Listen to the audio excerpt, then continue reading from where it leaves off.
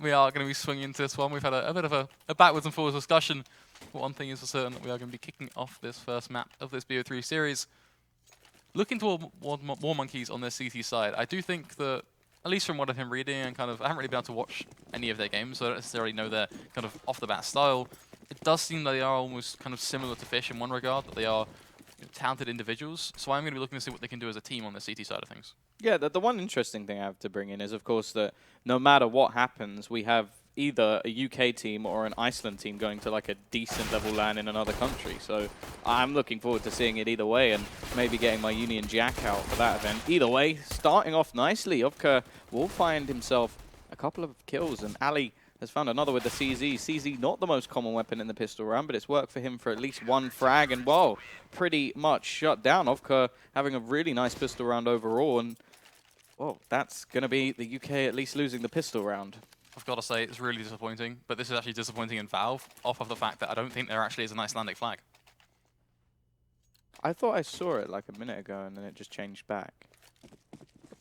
Well, it's definitely possible, because you think about it, there's never been, well, not that I know of, an Icelandic team at a decent level LAN, or even going to a qualifier for anything that Valve would have done. So it's possible. I'm hoping that's not the case, and it's more just it hasn't been changed.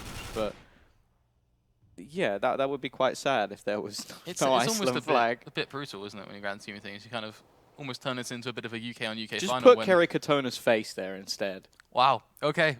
That's been said. It's more of a reference to Iceland than the UK is. Okay. Yeah. We'll be Cruiser to find the first frag, just slamming on away with the Faust, looking to make it a second, as they are going to be trying to hold off stairs, but it's going to be the T-Slide of Fish collapsing on towards this site, but not before Ping can find himself two apiece, looking for that triplet. Cryptix is going to be there to spam on away with the pistol. He's actually doing a relatively good amount of work. Still somewhat fruitless at this point. It's just 5 HP to play with. Mole going to go up close and personal, takes the fight too crucial.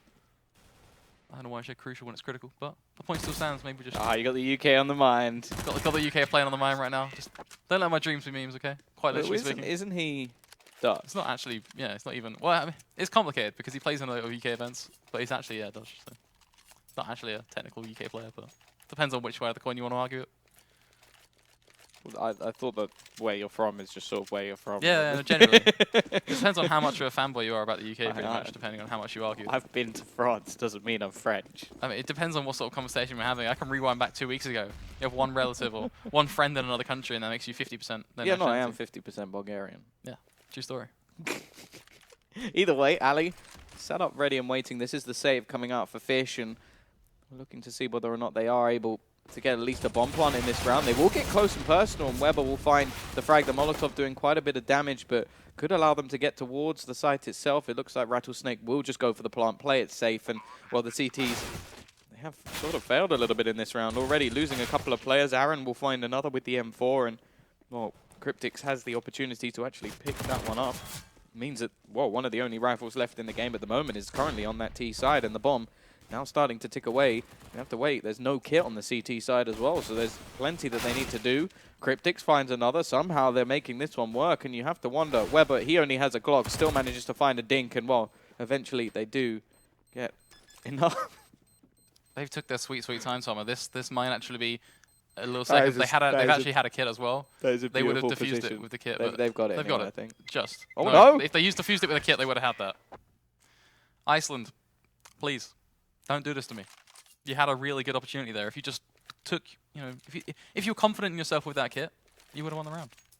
I was too busy laughing at the guy bent over in the corner. I was actually pretty confident they didn't have it. I was like, there's going to be, you know, a second or two in it. But yeah, no, that's actually kind of ridiculous. I'm thoroughly upset about that. Yeah, no, Ovka will buy back up with an AWP, and they have a couple of rifles to boot, but this is the full buy now for Fish, so a good opportunity to actually break WarMonkeys' economy early. I am glad that they've actually capitalized the M, because we worked out earlier that if it's all capitalized, it actually looks like Warm on Keys, which different identity, completely different name altogether. Although it sort of makes sense, like if you're like saying you're hot with a keyboard, Warm on Keys. See? Is that how low we've tied it in? We've sunk pretty damn low when it comes down to humor at this point. It is been a bit of an interesting show, Fish. They got themselves a round to play with. Of course, you mentioned they are on their full buy. As much as WarMonkeys can actually get themselves still back into this round, it's by no means a pretty picture. You look at their utility and you look at Critical and LE. Well, 5-7s and CZs are by no means kind of the ideal objective for them to be toying around with. They are still up against 5 flat rifles. Fish have expended a little bit of utility here and there, but aren't really making too much movement in the grand scheme of things, so they're only really going to be taking control of mid, looking to go for the ever so fatal A-split through connector on towards the site as Cryptics will find himself a headshot on towards Gaping. This is punishing for that over push. As Cruiser is going to be looking to trade things back towards ramp. Isn't quite going to spot out Mole through the bottom right corner of the smoke. Is going to flash himself through, trying to make the frag work. But Mole too quick on the trigger. Yeah, Mole managing to avoid the flash as well, which would have blinded him. Now you look at what's remaining, and it's just pistols left for the CT side. The reset about to come in. Aaron jumps around the corner and takes down Ali, and that's only going to leave a critical left to try and do some damage. Not really any hope for him to achieve anything in this round, and even looks like he may just try to keep the armor he has, along with a couple of nades and even a kit, looking to take one with him, and well, it's not going to happen. We'll get a kill onto Mole, but other than that, a nice round coming out, and well, looking at what the bonus has done to that T economy, they're now going to be coming back against an eco with already a decent amount of money starting to build back up. Yeah, a lot for them to work with. Of course, still, this should be a relatively easy round in the grand scheme of things for this D side. Pistols shouldn't really be able to get too much done, especially when you're on the CT side of things. The best bet is just to hold those angles, play a little bit more passively, and then almost flip the switch and go aggressive in the right side of play. As Gaping will try and do something, backed up by Cruiser, but they are just going to be mowed on down by Aaron and Mole. They do the work with the rifle, trying to get themselves out towards the site. And the big thing for the T side here is actually to take minimal losses, because they're not really making mega money in terms of SMGs because they've got none of them in play. But if they get their bomb down and just don't actually drop any rifles, or most importantly don't drop that AWP on Rattlesnake, then it could be just a nice and easy round for them. Yeah, of course. You wouldn't really expect them to lose more than a player or two in this circumstance anyway, but keeping it perfectly clean, there's absolutely no reason to challenge any of the remaining players. Yes, you gain $300, which could be a nade or two later down the line, but it's just so much safer to just walk away that you can already see them backing towards Ramp and Palace and not taking these sort of duels with the remaining CT players. And realistically, the CT should just go aggressive here. They have nothing to lose. No nades, no pistols, absolutely nothing. And taking a player with them, even if it's only one, has definitely got some value behind it. I don't have a kit, so I am intrigued by this. They're actually going to bait out the bomb to drag them back towards it. That's so smart. That's so smart. They took 2 players with them just by doing that. Get baited. On one side of the coin, it certainly is a bait. It's not going to be too huge a fish, as they can still afford to kind of almost apply that reparation So style smart. effect. As I love it. A 3 for 2 in terms of drops. But it is going to be still something that toys them in mind in terms of them trying to build things up, as you can see a kind of a clear disparity between the economy of Cryptics, per se, in comparison to Rattlesnake. Either way, looking at WarMonkeys, they do get themselves a much stronger buy in this round. Have themselves quite a lot of Kevlar, of course, a little bit of utility to toy with them. Most importantly, it will be the 5 flat rifles. Yeah, they don't have the AWP this time, which is the one avenue that Rattlesnake has that they don't. Hasn't had too much of an impact so far, but hasn't necessarily needed to. Looking to try and get back towards mid. Looking towards... Of course, he did actually save this AWP. He didn't buy it, so the value that he's saved is quite hefty at this stage. Aaron already managing to get into ladder room, which is quite a valuable position on the map as it can isolate window fairly easily. This also allows for quite a quick split on towards that B site and stop any sort of rotations coming in. However, the rest of the players seem to be making their way back towards A, and well, 2 players actually on the site itself. You have to wonder whether or not this will pay off in terms of the positioning they're holding. And well, the T's, I'm intrigued. I want to look at what Aaron's going to be doing, because he's just sort of waiting at this point for the rotation, but he has to sort of take over window room pretty quickly if he's actually going to hold off any sort of rotations available. Yeah, in other words, his timing has to be absolutely perfect, and if it's even a second too late or a second too early, he will inevitably lose his death, at which point Rattlesnake is going to be looking towards jungle, gets himself some information, isn't actually going to quite go for the pick just yet, as Weber going to fly on out from ramp to take down Gaping. As now a couple of nades will land, Weber opening up with a second on towards Cruiser. There will be a bit more being done, but not too much response being done from the CT side of things in a different perspective. Aaron's still not quite biting the bullet just yet. Yeah, I think he's going to time it perfectly, though. Eventually only gets 1, and the bomb is not being planted yet. They need to go for it right now, otherwise they have lost this round, and I actually think they have. They've lost it just based on time. That is a big, big mistake. They run out of time, the peak comes out, and they lose the round based on not being able to get the bomb down. So the CTs, they will get away with that round. The only problem is now their buy's going to come back in, and they're going to have next to nothing to play with the chance of a reset. So yes, the round is a nice one for them, but now they've got to actually play off the back of it. Either way, huge mistakes from Fish there to not being able to get the bomb down. No support on the players actually trying to plant it, and we still have to talk about that flank. It came in the end, but it was still a little bit late, and well, why not start it off with a little spray through the smoke to take down Rattlesnake. And was just a bit of an extra fun way to kick off this 7th round, as Mole going to find another frag straight through the smoke on towards the lead.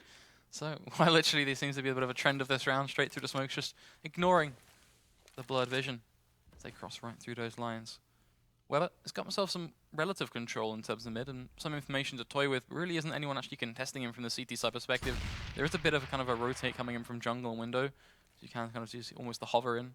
Zovko just going to be pretty much just kind of rotating backwards and forwards, not really going to be set in his ways in terms of just holding this window push, making sure nothing too crazy will be coming in from Fish this time around, as they are almost going for this kind of repetition of aggression through connector and trying to get out towards this A site, as Mole just going to be walking right through the smoke. A flash will pop off. He's got himself through to jungle. This could be absolutely great stuff now. So he's going to find himself a frag. Look at take it one step further. Find the frag on the stairs. Going for the spray down. Can he even find the third frag? The answer will be no, but Aaron is going to be able to aid him as he takes him down, leaving just Critical out on island all alone. Just the UMP to play with. Yeah, it's looking like things have worked out in the favor of Fish for Life overall. Yes, it was a mistake in the last round, but rectifying it in this one is just going to be as valuable. A complete reset onto the economy of WarMonkeys. And now you look towards their CT side, and there's clearly going to be something wrong here. Do they force into this round? Because you think about it, 1900 added on, it's not a buy either way. So it may just be worth going for an actual force in this circumstance to try and bring it back in this round. The only problem is the anti-ecos have actually been pretty good for Fish so far, and well, it looks like they're not actually going to go for anything, just save another round after this and then have a decent buy in a couple of rounds' time.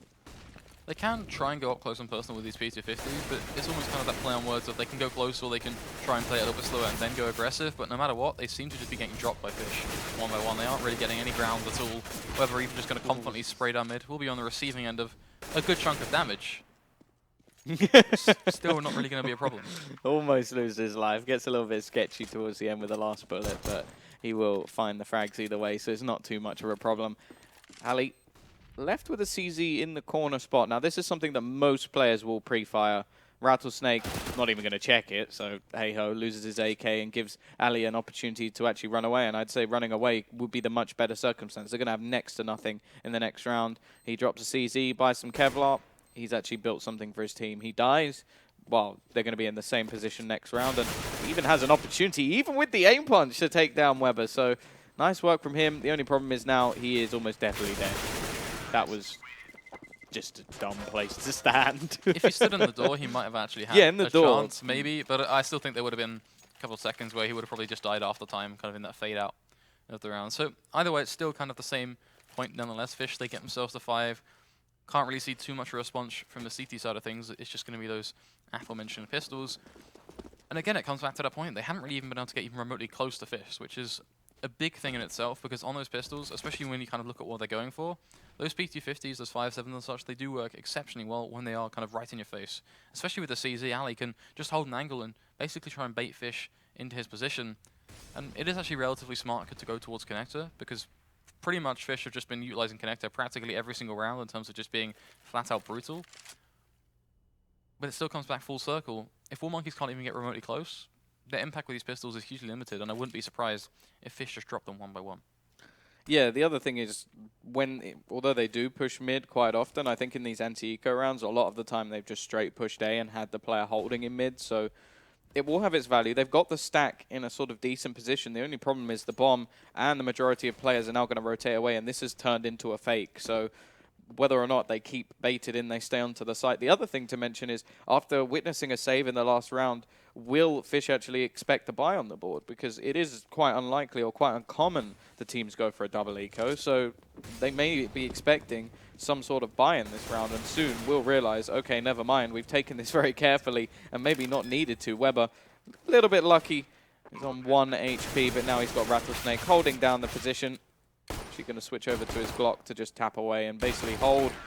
And while Weber will in fact finish him off. 3 and 1 HP, but it doesn't matter. They keep every single player alive, and Fish, they've already got 6 rounds and a buttload of money, so I think they're going to be pretty confident going into this next few rounds. Well, that's the point in itself. They've kept these rounds so clean, they really are starting to build things up. You look at $11,500 on Cryptics, that's a lot for him to play with, and it's not just him kind of with money in the bank. Mole and Aaron very much almost getting to a similar sort of stature. Rattlesnake not necessarily too far off. WarMonkeys, they do need to kind of stop this one in its tracks, because Fish, they are starting to get ahead on their T side. If Fish can keep this up, we're looking at 9 or maybe even 10 rounds, depending on sort of what sort of pressure this CT side can dish out.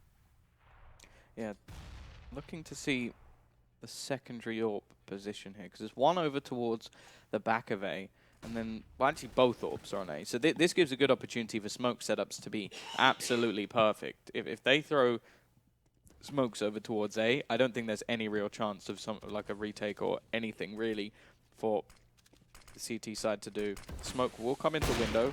Ofka tries to hit a timing shot, although I'm not sure there's even one to be hit in that sort of angle. Sort of hoping that somebody would jump across. Either way, looking at this setup, and it is slowly edging towards that A site. You have to look towards Cruiser here. He has to be absolutely huge. Smoke will come out, in fact, giving a little bit less vision once again over to that CT side. And now we look towards these AWPs. The connector split has to be on point to get rid of these AWPs, and especially remove the ones that are now rotating around. Critical will find the first kill onto Mole. Rattlesnake is quick. And it's actually Cryptics finding both frags in that sort of circumstance. However, trades are abrupt. Weber and Aaron are the last one left, and they haven't managed to isolate these AWPs, meaning that without any smokes, without anything to play with, he's just got to take the straight aim duels, and it does not work. So in reality, what we're really looking at is Cryptics doing quite a lot of work for his team, sort of flying into the site and finding himself 2 apiece. As much as there were kind of players there to support him, those 2 AWPs, they just kind of picked on away, plinked at the HP of Fish, and inevitably just kind of forced the picks and forced the hand, meaning that the rest of the teammates, even if they wanted to support Cryptics, didn't really have too much of a choice. Now that leads me to saying, okay, well Fish, let's utilize some of your utility better. Let's utilize those flashbangs. Now you know you're playing up against a double AWP setup. Try and counter that, because it is almost textbook stuff to know kind of what to do here. Whether they actually do it is a whole different question. And it's almost basic stuff like, when you're going down mid and you're trying to put pressure, make sure you smoke off mid. Make sure you throw a couple of flashes out in terms of those peaks. Well, I actually think it might be the counter to that, because I think that they use their smokes too early. It's again, they're down to 1 smoke with no real map presence. They've taken mid, but they haven't actually got anywhere near the site. So when it comes down to taking the site, they have nothing to smoke off this AWPs. They had in the last round as well. They used 1 far into connector. They used 1 in mid. I think they re-smoked mid later on, then used a Molotov onto mid as well to push the AWP back. And once all of that was gone, they get to the site and go, they have 2 AWPs.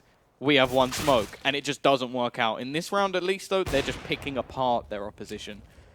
Have used their smokes early on. One of the remaining will go down to actually slow down any sort of peaks, and the flashbang will be used to try and get rid of capping, but it doesn't matter. He's found the frags, and the biggest problem now is it looks like Cruiser may just be able to hold off this rotation. Rattlesnake does have an idea, and I think because of that, he's going to fall back. And, well, Rattlesnake, he does have to try and play these mind games. I think that's one of the things that he should be pretty good at. Been an in-game leader for quite a while, and looking to see whether or not he can mind game the team. The only problem is he's gone towards A, and they are both on the site.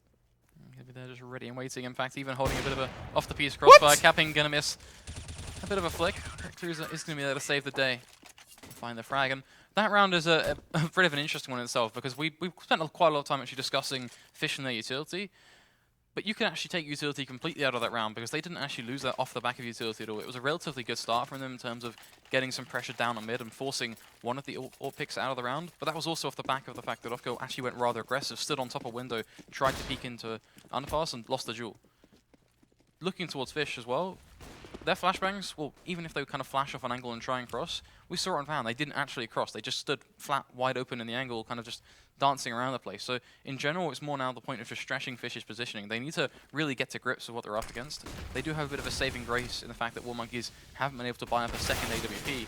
So they are just going to be looking to rinse, repeat this almost typical Fish-esque A push, as it will work out in their favor so far. Rattlesnake to find the first. But again, it comes down to positioning. Are they actually going to check their angles? And most importantly, playing counter as Cruiser gets to go for a very, very easy peek before the smoke goes down, picks off the head of Mole, and looking to take it 1 step further. And looking like a smoke may have been missed in that initial setup, or just not thrown at all. Either way, the bomb is still yet to actually cross over, and all the smokes are going to be gone by the time they actually go to plant it, which is a big, big problem. The one thing the CTs have done is actually saved a little bit of utility towards the end of the round. Now, really, all the CTs have to do is just not overpeak. As long as they play this safe, there's absolutely no way that the T should be able to win this round other than just winning the straight-up aim duels. And if anything, I think it might be a better idea to fall back out of the site because they have one Molotov and one frag to actually get them out. They're just sat static in positions that aren't really too valuable for them. Only really Rattlesnake taking any sort of attempt to bring this round back because the rest are just sat there. And this is going to be Opka able to just peek out. Now they peek. Wait till Rattlesnake is dead and then Aaron makes his move. And that's a huge mistake. Weber finally making some sort of play towards the connector, but it's just too little too late. They don't have the bomb anymore. They've got to go and retrieve it, and they've got no smokes. They can't do anything to get rid of Ovka, and he's just having an absolute field day.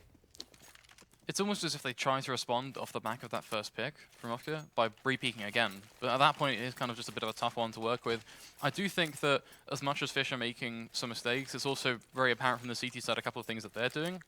However, you can pick apart both of these teams and basically point out mistakes, right? But at the end of the day, what matters is which team are picking up the rounds and which teams are doing the performance. And right now, Fish, they might have 6, but they've allowed WarMonkeys to get to 6 of themselves, and well, they only have Tech-9s in this round, so they have to go still hard and fast, aggressive, looking towards that B site. But are they going to get close and personal and actually get that bomb down, which is something they've been struggling with, to be frank. Yeah, it took way too much time, so maybe in this round they have a lot of utility behind these Tech-9s, so the one advantage of those pistols is to go very, very quick, and especially if they sort of run towards the player on B, the likelihood is he'll struggle to take all of them down. Cryptics as well, playing the lurk roll over towards the A site, looking for a little bit of a peek in terms of his deagle. Of course, it does give that one-shot ability to take the head clean off. CTs now, they have the economy though, and that's the big thing about this sort of position. When you have the economy on the CT side, everything becomes a little bit easier. Of course, the Tech-9's definitely an avenue to take them down, and Mole already hitting the first dink's going to make things a little bit more difficult. Cryptics as well, going to try and make a peek, and Weber has found that kill. Now they get towards this player, and that is the speed that works out for them. They get onto the site, they get down quickly, and now you look at the CT side, they've got to retake this. Smoke onto short has been missed, which is a bit of a problem, and luckily for them, it's not going to be a peek just yet from Cruiser, but jumping through individually, that's a big mistake. Ovco will manage to trade one back, and Cruiser gets another. Somehow this is actually coming back into a position where it's possible, but there we go. Mole, Weber, they combine, and they will get themselves a round of just a little bit of pace. I think that highlights something yesterday that was very, very common in the Fish side of things. They were confident in themselves. They trusted themselves to go in, bite the bullet, and just hunt for those frags and be aggressive. But most importantly, use the phrase pace. It always sits towards tempo more because they're just like they're constantly keeping the pressure up, but it's very much consistent. However, in this game, they haven't really kind of been utilizing that too much. They've been very, very slow, then very, very fast. I want them to go back to almost exactly what they did with those Tech-9s. Albeit, yes, they will have to adapt somewhat because they've got the rifles, they've got the AWP on Rattlesnake, and especially in this round because they're up against pistols. But in the grand scheme of things, I think kind of get that rhythmic pressure down, go back to the way they were playing yesterday up against Endpoint and just play their normal game. They actually have a relatively good chance. However, right now, again, we've seen a lot of cracks in their play, so it all comes down to how do they want to play things. Yeah, well, 7 rounds already on the T side is definitely not something to frown upon. The only thing will be whether their setups on the CT side are actually on point, because we've seen a lot of teams in these sort of qualifications that have been better on the T side because of that very motion. Aaron will punish the first peek coming out from Ali, but takes a lot of damage in return. And, well, the big problem at the moment now for WarMonkeys is when they've had the economy, their setups have actually been pretty good. They haven't been too bad on sort of finding those peaks, and the AWPs have been absolutely on point, as you can see. And, well, there you go, Rattlesnake will trade it out. But the problem now, they don't have the money. They don't even have that AWP anymore. It was Glass Cannon brought into this round. They won't have it in the next round either, unless, of course, they somehow manage to win this one. And more Critical, he has got himself an AK. I think Cryptic should easily take that kill. And, well, Weber is going to take one more. This leaves just Capping left to try and bring this back into contention. Weber holding the angle. Should find this nice and easy. Misses the shot, though, and now Capping. He's got an AK, he's got some armor. Got to challenge this 1v2, but he has an opportunity up until the point where Rattlesnake ends him. So a relatively good round coming out from WarMonkeys, and the downside is that they were very much kind of limited in terms of economy, which meant strategically that certainly played a part. I do think it certainly has to be said that WarMonkeys have actually had a relatively strong CT side. Fish getting to 8 is not ideal for them at all, but they've been doing a lot of work, and they have certainly been proving to Fish right now that they kind of do warrant a level of respect, which is a really solid thing in itself. In terms of this round, the last round of this first half, they have just got these pistols, so they are going to be looking to go flat out aggressive as Weber will find himself one alley to open up with a second in return. Cryptics will go aggressive, and Well, this is the thing. WarMonkeys, they've been very, very solid in terms of playing with those AWPs and playing on those gun rounds. On these pistols, they have been struggling. You can see Cruiser has gained himself an AK to play with and has got Kevlar, so that could play a bit of a factor in itself. But it comes down to, can they pull off this retake, as it is a 3 versus 4, and they still do just have some 5-second CCs, and unfortunately they'll be caught in some unfavorable engagements. Yeah, Aaron dunked the nade straight on. Both players have Kevlar, so it won't do as much damage as necessary. Peeks out, finds one more, and while Mole is quickly there to trade things out. So a solid T-half coming in for Fish, with a little bit of a hiccup towards the middle, some mistakes being made, and it did seem to come down to the sort of pace problems. They would like use up their nades and then get to a position towards the end where things weren't going too well. Of course, that's something that can easily be rectified. Kerr was one of the main reasons that they did struggle on that A site towards that sort of middle portion of the game, was because he was absolutely phenomenal over towards A and over towards CT, and a lot of that came down to the fact that when they didn't smoke it, he was just given free roam. And if you take into account that WarMonkeys win the pistol and still lose the half, it's not good. It's not good by a long shot, but I do think the fact they got themselves to 6 is still something they can work from. It does come down to this kind of second half pistol, though, and you do kind of have to really stress the point that this is actually rather important for WarMonkeys. And it's kind of going back to the whole question of the original pistol round. If they do manage to pull this one in the bag, they need to keep it clean for 4 rounds, not just 3. If they can get that first gun round, that's a huge opportunity for them to really do some work and actually really start to show us what they've got from a kind of almost tactical perspective. Of course, on the flip side, Fish, if they can do kind of a similar sort of style and get themselves the pistol round to work with, we are starting to look at what potentially could be the culmination of this first map. Well, with Fish as well, they could lose the pistol as long as they have a good CT side. This should be easy for them. 9 rounds on the T side should not be frowned upon. It's just whether or not their setups are actually on point. And obviously, a lot of these players have played together in the past, so they should have somewhat of a decent combination together. Either way, Cruiser will find the first kill of the round. Weber is going to be taken out of the map early on, goes for an aggressive peek, finds some information, but still loses his life. And now you look at the sort of T side, a man advantage, utility, and Kevlar on 4 players. It definitely trumps what we see on the other side. Yeah, really good opportunity for some work to be done. I was actually kind of looking towards this bomb's location. It is actually really somewhat undecided, but when you see the kind of the bulk of WarMonkeys heading over close towards that B site, it does certainly make you think. But they're also having some second thoughts of themselves. It's just going to be sitting in the back of their mind, well, what's the best play here? Because they've got a minute to work with, so by no means are they in a rush. So the fact they've actually come back to mid is really smart from this T side, because they know they have an opportunity to do some damage. Mole actually going to be looking to return this one back in their favor, as he will just be spamming away, finds himself too. This is almost ridiculous coming out in the amount of opportunities he's had to repeak, as eventually they will push on past. They really need to find themselves a trade, as okay, we'll do some work respectively, not before Cryptics can fly back with another headshot. And WarMonkeys had a very, very nice pathway into this round. And they threw it away by allowing Mole just constant repeats. Now trying to go for a bit of a plant, knowing that the CTs are wide facing. Rattlesnake is going to be there with a pistol, Cryptics to find another. And that is upsetting to watch. I have to be blunt about things. I feel like that was a round that was easily takeable for this T side. But standing mid and allowing Mole this constant repeat towards window without any punishment or not just going for it, like frankly put, they didn't need to face. They could have just darted in towards connector, cut their losses of 1 man, and then tried to play for the plant on towards A. Everything just kind of fell apart.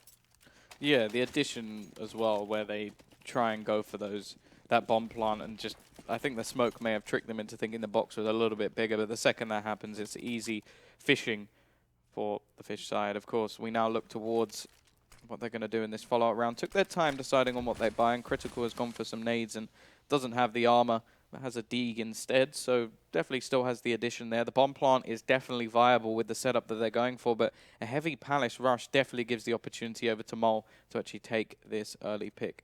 Currently standing on the ladder though, and this could muck up his aim. He's hiding in the corner. They're not going to check. Sprays 1, sprays 2, gets 3, and this is all easy pickings now for Mole. 1 player left. Will it be the 4th kill on the board for him? Yes, it will. And well, that's sort of why I think most people would say, don't rush Palace. It is a bit of a tough one. There actually is an opportunity for you to do something in terms of a Palace rush, but you have to use some very specific utility in order to make it work. And yes, flashes, I think that's kind of self-expected. There is a smoke you can actually throw as well, which is perfect for that waterfall. You can actually throw a second as well just on top of Palace as you run out to make it a little bit easier, forcing the spray to go into the smoke. But if you aren't going to go for it, it does make things a little bit harder. And ultimately, it's the same outcome nonetheless, as WarMonkeys are in a bit of a bleak round, just going to be biding their time over towards spawn with these pistols. Utilizing it actually is a bit of an opportunity to sit back and talk things through, which, as much as this is becoming more uncommon in terms of Counter-Strike meta now, it's not necessarily a hugely terrible thing. They are just kind of biding their time, waiting for a second to have a small little chat, now going to be kicking into gear and trying to pull off this round. Yeah, it's the only reason it's become more unconventional is because you actually get a pause that you're allowed to take. So Well, it's an extra pause. still a bit of an odd thing to do. I don't know. We'll see. If they don't take their pause, then I think it's really, really weird. But we'll see. Maybe they'll take it in a little bit. Of course, they have only lost a pistol so far in the second half, and the follow-up rounds are all but expected. Rattlesnake looking like he may lose his life to the Glock train, and well, the P250 is now gone. Rattlesnake, he needs to fall back, and the support from Mole should be enough that he's able to do that. Don't want to lose his life here. Value of that M4 armor, everything behind it, and he will get away with 3 HP. Yeah, by the skin of his teeth, but still a lot of money being made, and almost a bait of switch just throwing Mole into the mix. As much as it was a bit of a hectic scenario for Mole to work with, he's been absolutely on fire in this matchup. 23-9 really says it all. Still, I kind of want to see what WarMonkeys can do in terms of a real investment from them, because we saw a lot of work being done from Ofco in terms of just sheer marksmanship power. The rest of his team have been kind of a bit hit and miss. Ali doing some work and kind of being that second man to really keep your eyes peeled onto. So far, not necessarily so good. I was kind of hoping for something a bit more set as they do try and take themselves some mid-control, but Weber is just going to be contesting it so confidently. Kabing will find himself a trade on towards Mole, so it is another opportunity for them to make it much more even. But Ali, just 10 HP. That's already pretty brutal.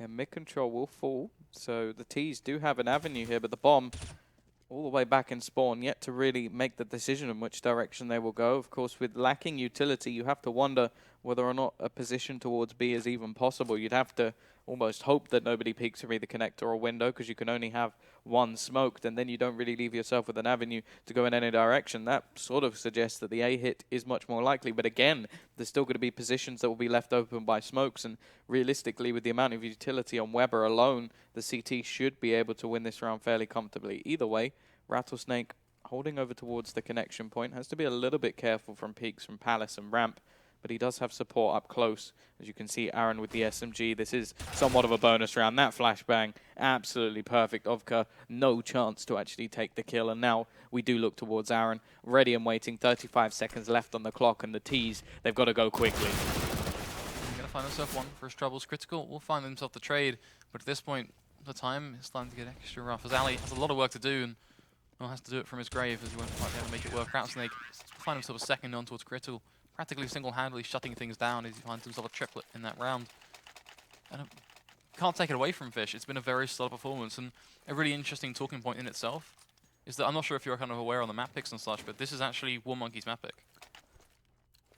Yeah, I think the map pick scenario always gets a little bit interesting when you have the sort of 4-ban position, because no matter what, you should be able to ban your opponent's favorite maps, and then it comes down to somewhat of the lesser evils of the map pool. So you never know, the next map could actually be one that's actually pretty good for WarMonkeys as well. But it's not looking too good for them in this one, at least. Either way, they're going to try and rush down onto Cryptics. Not finding that first kill as they're going to get out the window. And now he's getting pretty close to getting isolated, missing a lot of shots. But luckily for him, Weber is there to help. And actually, so will Critical onto his teammate. Yeah, it's a bit of a rough one, but now we really have to kind of see what WarMonkeys are made of, because this is one of their last opportunities to make things work. They have the AWP on that pivotal player that was Ofka. In terms of the first half performance, really not showing us anything at all in terms of the second half. And it does almost feel like it's kind of been them hard done by, per se, because they have just been forced consistently out of rounds.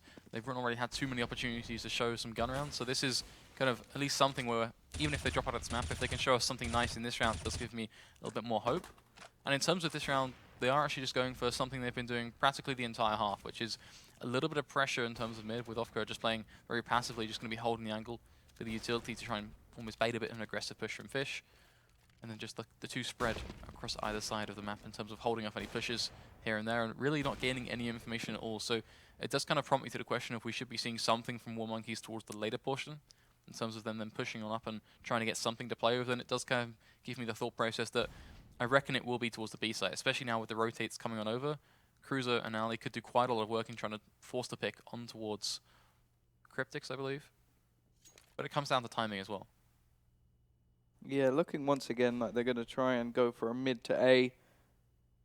The bomb now rotates back towards the site, waiting to see whether or not there is any aggression, and this is intriguing. Aaron goes forward, finds himself the first kill, and may have actually spotted out the bomb as well with 42 seconds left on the clock. Mid presence still really lacking from the CT side. They have been giving this away to the T's whenever they want it, but they do have that supportive player of Rattlesnake, and he's been very good over towards Connector. The spot will not be checked, but he blinds himself, and Ali's given a free frag overall. Big mistake from Rattlesnake, and now you have to look towards Aaron. He's going to keep this calm, finishes off one more, looking for the trade as onto Ali, who's taken Weber in the meantime. The Cryptic's position, Mole's position. Oh my goodness, the spray. Ofka's going to get a chance now, 3 HP. He has the AWP. He's got to take the peek towards Cryptics. May actually get over to plant that bomb with seconds to spare. The thing is now he's got to be so careful. Cryptics, you have a Molotov. You throw this in, this round is done. You keep going for the peaks. You give Ofka an opportunity to take the shot with the AWP. Looking like he may just get the positional play, though, and Ofka is not going to win this round. It came down to a close position, and a lot of mistakes made by both teams in this round, but eventually it came down with Fish winning. It's really been a bit of an interesting map, hasn't it? Because I think that we have been pretty vocal about kind of picking apart the mistakes from WarMonkeys, but it was almost the same for the CT side of things in terms of Fish currently. They've been making a lot of mistakes as well, and it does kind of lead me to the question that I don't think Fish are going to get away with making this many mistakes on a map like Overpass, where I think it is much... Or if they get to the LAN. Or if they... I think the LAN is a point in itself, but I don't want to get too far ahead of ourselves, because we do have an entire BO3 ahead of us, and in terms of those maps, it is a kind of a point in itself. I don't think that in comparison to Overpass, and Dust 2 is a little bit different. I think you can get away with it on Dust 2, but that's if we even get to force the third. But in terms of Overpass again, I do think WarMonkeys will have a quite nice opportunity. Either way, they are going to be trying to get themselves out on towards the site. The smokes are smart, whether they can actually get any pressure and get any progress done will be a whole different question in itself, as they have got themselves completely out.